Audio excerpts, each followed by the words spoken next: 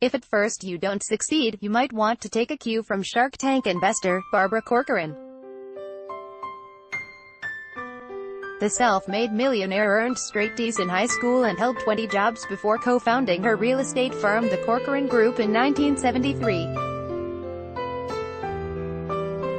With just a $1,000 loan from her then-boyfriend, Corcoran grew the company into a real estate powerhouse and sold it for $66 million in 2001.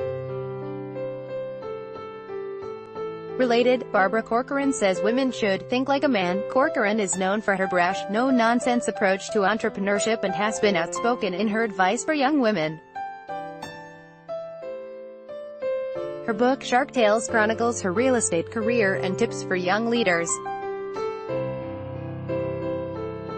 CNN Money asked Corcoran what she wishes she'd known early on in her career, and who has influenced her the most along the way.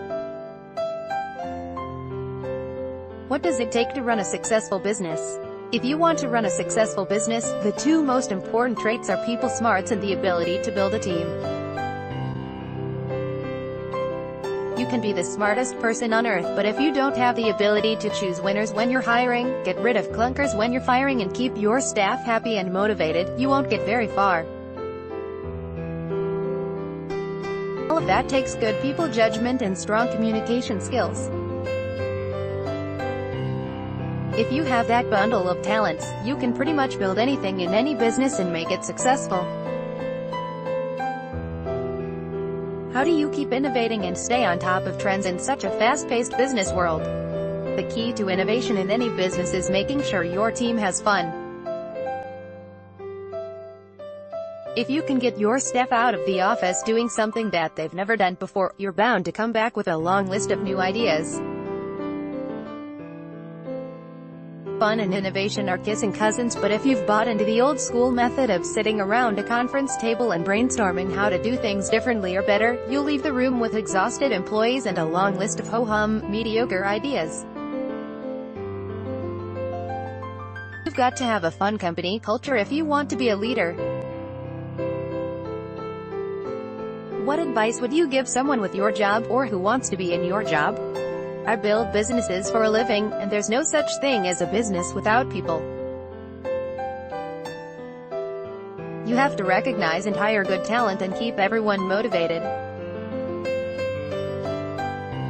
What do you wish you'd learned early in your career? I got through school as a straight D student, so I spent the first 10 years of my career second-guessing myself as to whether I was smart or not. What a waste of time that was. It took me the next 10 years to prove to myself I was. But in hindsight, almost everything I've accomplished was a result of my insecurity, because it made me over-prepare for everything and work twice as hard as the next guy. I'm happy I wasn't smart sooner. What mentor or teacher has influenced your career most, and how? My first boyfriend and business partner loaned me $1,000 to start my real estate business. 7 years later, he left to marry my secretary. When I ended that business to start my own, he gave me the best advice I would ever hear: "You'll never succeed without me." With that, I learned the power of an insult, and I spent the next 15 years proving him wrong until I sold.